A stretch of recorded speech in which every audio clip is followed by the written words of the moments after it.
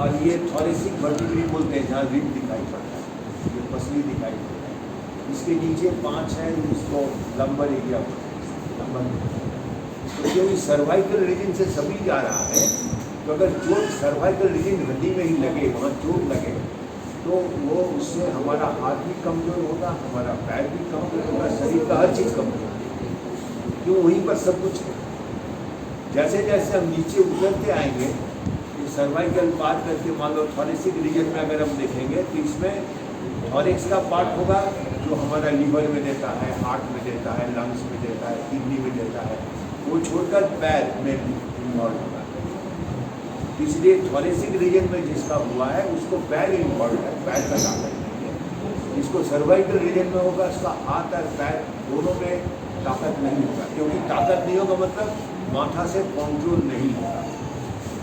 एक individual muscle को अगर हम ले, यहाँ से एक मसल को उठाकर, इस मसल को सिकुड़ने का ताकत इसके अंदर होता है। ये अपने से सिकुड़ सकता है, अपने से ढीला हो सकता है। हम लोग जो चलते हैं उसमें हमारा मसल सिकुड़ता है, सिकुड़ने से यहाँ मसल ऐसे ऊपर से, मान लो ये जोड़ है मेरा, ये मसल यहाँ से यहाँ तक है, ये सिकुड़ेगा तो ये सीधा, इधर का नीचे का सिकुड़ेगा तो मुड़ जाएगा। यानी हमारे शरीर में जहाँ जहाँ जोड़ है उसके चारों तरफ मसल्स है।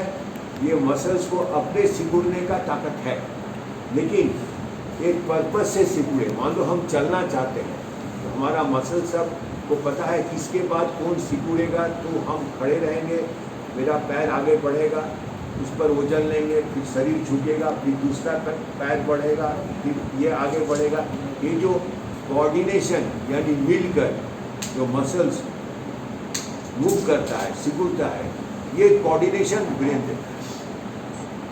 इसलिए हमारे ब्रेन से स्पाइनल कॉर्ड का चोट लगने से ये माथा से कोऑर्डिनेशन खत्म हो जाता है, और हम खड़े होना चाहते हैं तो हमारा माथा वो मसल्स से बात ही नहीं कर पाता है कि तुम काम करो, हम खड़े हो जाए। इस कारण से हम खड़े नहीं हो पाते। आप व्हील चेयर में बैठते हैं, व्हील चेयर से चलते हैं, हमारा काम कर रहा है तो मैं खड़े होकर चल सकता हूँ।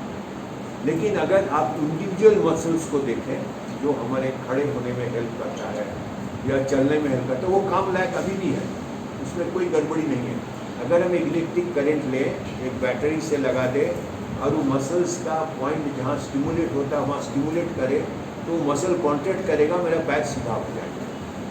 इसलिए अभी जो बहुत से ब्रेसेस आ रहे हैं पहनने के लिए, उसके अंदर बैटरी लगा रहता है, वो पैर के लिंग में ऊपर में कहीं इलेक्ट्रिक करंट देता है। और इस हाथ अगर खाली काम कर रहा है, मान लीजिए मेरा थॉरेसिक रीजन में यहाँ चोट लगा है, तो हाथ तो दोनों काम करेगा, सर्वाइकल बचा हुआ, तो हाथ से अगर ऊपर से बैटरी को प्रेस करेंगे तो मेरा पैर, लकड़ी के पैर कैसा सीधा होकर चलता है।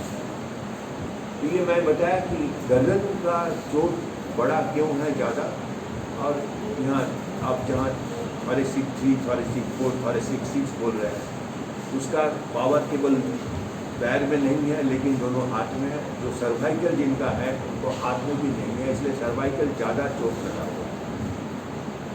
तो इसको हम लोग बोलते हैं क्वाड्रीप्लेजिया या टेट्राप्लेजिया। क्वाड्री मतलब 4, टेट्रा भी मतलब 4। जैसे आप जानते हैं मोनो 1, 5 यानी 2, ट्राई यानी 3, क्वाड्री यानी 4। तो यह जिसका गर्दन में चोट लगेगा उसको चारों मतलब दोनों हाथ दोनों पैर में ताकत कम होगा, इसलिए उसको कहा जाता है क्वाड्रीप्लेजिया। और जिसको थॉरेसिक रीजन में इससे नीचे आएगा उसका हाथ तो बच जाएगा लेकिन दोनों पैर इन्वॉल्व होगा, इसलिए उसको कहा जाता है पैरा मतलब 2, पैरा।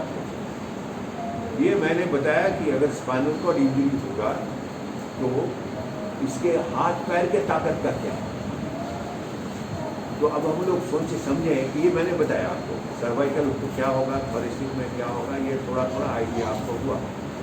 एक बात याद रहेगा, हमारे पैर में लकवा नहीं मारता है, पैर का मसल काम कर सकता है, लेकिन मसल को हुकुम करने वाला जो रास्ता है वो बंद हो जाता है। इसलिए हम लोग इलेक्ट्रिकल स्टिमुलेशन देकर चल सकते हैं, इलेक्ट्रिकल स्टिमुलेशन देकर पैर को हिला सकते हैं। अब आपको दूसरी बात बताना है कि हम लोगों का जरूरी चलना छोड़कर और एक परेशानी है टट्टी पेशाब। ये बहुत जरूरी बात है। क्यों टट्टी पेशाब करना जरूरी है, पेशाब हम लोग क्यों करते हैं, पहले इस बात को